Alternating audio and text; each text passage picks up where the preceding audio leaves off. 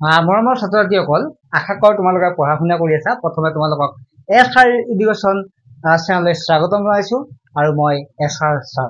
ছাত্ৰ-ছাত্ৰীসকল, তোমালোকক আজি মই পঢ়ুৱাম যিটো 5.5 অনুশীলনী। ইতিমধ্যে আমি 5.4 লৈকে পঢ়াইছো।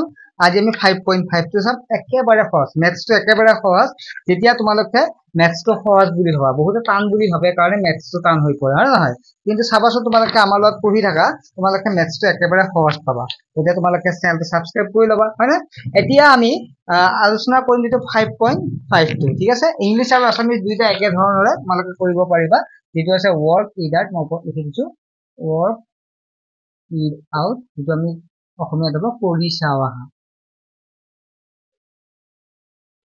তাৰ মাজতে তোমালোক প্ৰথমতে জনাই থওঁ ছাত্ৰ-ছাত্ৰীসকল, তোমালোক যিটো ক্লাছ 6ত আমি 6ৰ কাৰণে এটা গ্ৰুপ খুলিছো, য'ত কুৱেশ্যন এনচাৰ বিলাকো দিয়া হ'ব বাকী ছাবজেক্ট বিলাকৰ।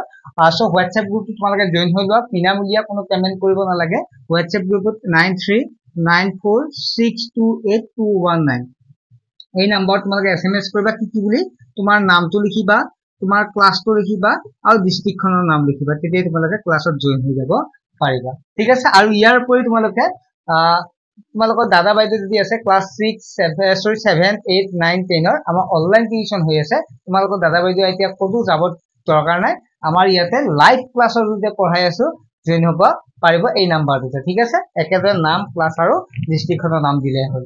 এতিয়া আমি প্ৰশ্নলৈকে আহিছো, বেছি সময় আমি নলওঁ।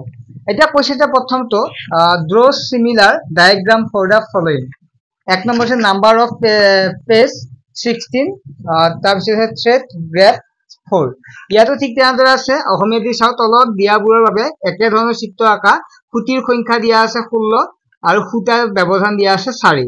2 নম্বৰ হৈছে খুঁটিৰ সংখ্যা দিয়া আছে 16, সূতাৰ ব্যৱধান দিয়া আছে 7। একদম সহজ, দুটাই আছে অনুশীলনীটো। প্ৰশ্ন তোমালোকে চাবা, ইংলিছ আছামিজ দুইটা মিডিয়ামৰ একে ধৰণৰ প্ৰশ্ন। 1 নম্বৰটো কি দিয়া আছে? প্ৰথমতে খুঁটিৰ সংখ্যা দিয়া আছে, হয় নহয়? খুঁটিৰ সংখ্যা কিমান দিয়া আছে? 16 আৰু সূতা ব্যৱধান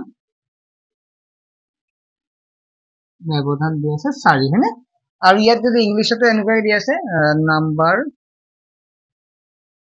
অফ পেজ 16 আৰু নেক্সট থ্ৰেড গ্ৰেড আছে 7। চাইলে একদম সহজ, হয়নে? এইটো আমাক দিয়া আছে। এইটো আমি কি আঁকিব লাগিব? চিত্ৰ আঁকিব লাগিব। চিত্ৰটো একদম সহজ, চাবা হা। তোমালোকে কি কৰিব লাগিব? এইটো তোমালোকে কি কৰিবা? এটা বৃত্ত আঁকি ল'বা, ঠিক আছে? বৃত্ত এটা আঁকি ল'বা। তোমালোকে কম্পাছ কটাৰ জৰিয়তে আঁকিবা। কম্পাছ কটা চিনি পোৱা নহয়, তোমালোকে কম্পাছ কটাৰ জৰিয়তে আঁকিবা, তেতিয়া সমান হ'ব। ইয়াক কেইটা ভাগ কৰিব দিছে? 16টা। আমি যদি চাওঁ 1, 2, 3, 4, 5 সমান সমানকে তোমালোকে ভাগ কৰিবা। 6, 7, 8, 9, 10, 11, 12, 13, 14, 15, 16। মোৰ অলপমান আগতে হেৰি হৈছে, কোনো কথা নাই, তোমালোকে সমানকে আঁকিবা হা। এয়া ভাল হ'ব, কিমান হ'ব? এইটোৱে কিমান কৈছে? সূতা ব্যৱধান কিমান? 4। অৰ্থাৎ মাজত 1ৰ পৰা আৰম্ভ কৰিবা, মাজত 4টা এৰিবা। 1, 2, 3, 4। গতিকে কোনটো পাবা? এই 5টো পাবা। মানে 1ৰ পৰা আহিছে নহয়, মাজত 1, 2, 3, 4 নম্বৰটো লিখিবা, ঠিক আছে? তাৰপিছত 1, 2, 3, 4, 1, 2, 3, 4। আকৌ নেক্সট কি হ'ব? 1, 2, 3, 4। আকৌ ইয়াত 15, 9 হ'ব। আকৌ 1, 2, 3, 4। ইয়াত কি হ'ব? 13 হ'ব। 1, 2, 3, 4। এতিয়া ইয়াত এনেকুৱাকে হ'ব, ঠিক আছে? এইটোৱে হ'ব ইয়াৰ এনচাৰ, হয় নে? এইটোৱে এনেকুৱাকে দিয়া আছে, এইটোৱে হ'ব ইয়াৰ এনচাৰ, যাক আমি ষ্টাৰ্টিং পইণ্ট বুলি কোৱা হয়। একটো ষ্টাৰ্টিং পইণ্ট বা অসমীয়া দিছে আৰম্ভণি বিন্দু। এইটোৱে 1 নম্বৰটো এনচাৰ, এইটোৱে, ঠিক আছে? এইটো সমাধান, ঠিক আছে? 1 নম্বৰটো হ'ল। এবাৰ তোমালোকে 2 নম্বৰটো চাবা, ঠিক আছে? লিখি লোৱা, ধুনীয়াকে লিখি ল'বা। 2 নম্বৰটো চাবা হা। মই মুছি দিছো এইটো হা। এবাৰ কি কৈছে? একে ধৰণৰ 2 নম্বৰটো দিয়া আছে। 2 নম্বৰটো দিয়া আছে খুঁটিৰ সংখ্যা 16 ইয়াত কি আছে নাম আৰু কি আছে 16 আৰু ফুটা ব্যৱধান এবাৰ কিমান হ'ব দ্বিতীয়টো 7 দিয়া আছে ইয়াত দ্বিতীয়টো 7 হ'ব প্ৰথমটো 4 আছিল এটো 19টো 4 আছিল হা গতে কি হ'ব 7 হ'ব বা 7 দিব লাগিব ফুটি ব্যৱধান ঠিক আছে একেদৰে তোমালোকে কি আঁকিবা এই এনেকুৱা বৃত্তটো আঁকি ল'ব আগৰ দিনা 16 দিবা 1 2 3 4 5 6 7 8 9 10 11 12 13 14 15 এবাৰ আকৌ কি হ'ল অলপমান হেৰি হ'ল দে 16 মই মিলাই দিছো বাৰু হা অলপ মিলাই দিছো তেতিয়াহ'লে 16 নাপাবা নহয় এইখিনি পাবলৈ মিলাই দিছো হা অলপ বিন্দুকেইটা মিলাই দিছো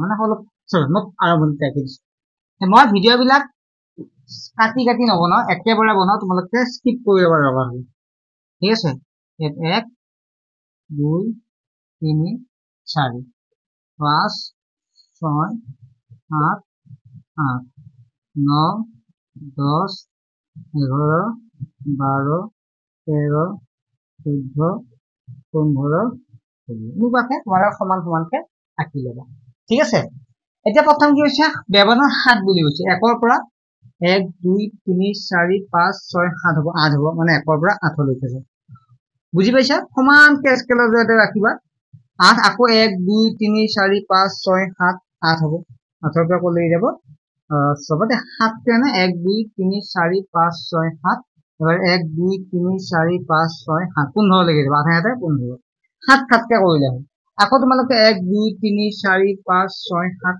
6 লৈকে যাব বুজি পাইছা 1 2 3 4 5 6 7 7 নম্বৰ দিব আকৌ চোৱা এবাৰ হিসাব কৰিবা 1 2 3 4 5 6 7 অৰ্থাৎ 6 পৰা আকৌ কি কৰিবা ইয়ালৈকে আহিবা আকৌ তোমালোকে 1 2 3 4 5 6 7 অৰ্থাৎ স্টাৰ্টিং বিন্দু যি আছে স্টাৰ্টিং এটো স্টাৰ্টিং পয়েন্ট যি আছে একটো স্টাৰ্টিং পয়েন্ট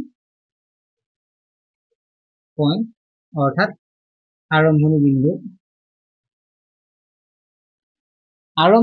নোপোৱালৈকে তোমালোকে কৰিয়ে যাব লাগিব ঠিক আছে কলৈকে 4 লৈকে পালা আকৌ 1 2 3 1 2 3 4 5 6 7 11 পাব হয়নে আকৌ 1 2 3 4 5 6 7 এবাৰ 2 পাব 11 পৰা 2 পাব আকৌ 1 2 3 4 5 6 7 এবাৰ কি হ'ব 9 পাব আকৌ 1 2 3 4 5 6 7 এবাৰ কি পালা 1 পাবা ইয়ালৈকে আছে বুজি পাইছা আমি আৰম্ভণি বিন্দুলৈকে নোপোৱালৈকে আমি কৰিয়ে যাব লাগিব ঠিক আছে কলৈকে পালে গতে 1 লৈকে আমি পাম ঠিক আছে 1 দিছো 1 লৈকে পোৱালৈকে আমি কৰি যাব লাগিব গতে এইটো হ'ব ইয়াৰ এনসাৰ ঠিক আছে তোমালোকে লিখি লোৱা ঠিক আছে আৰু তোমালোকে চেনেলটো সাবস্ক্ৰাইব কৰি ৰাখিবা দেই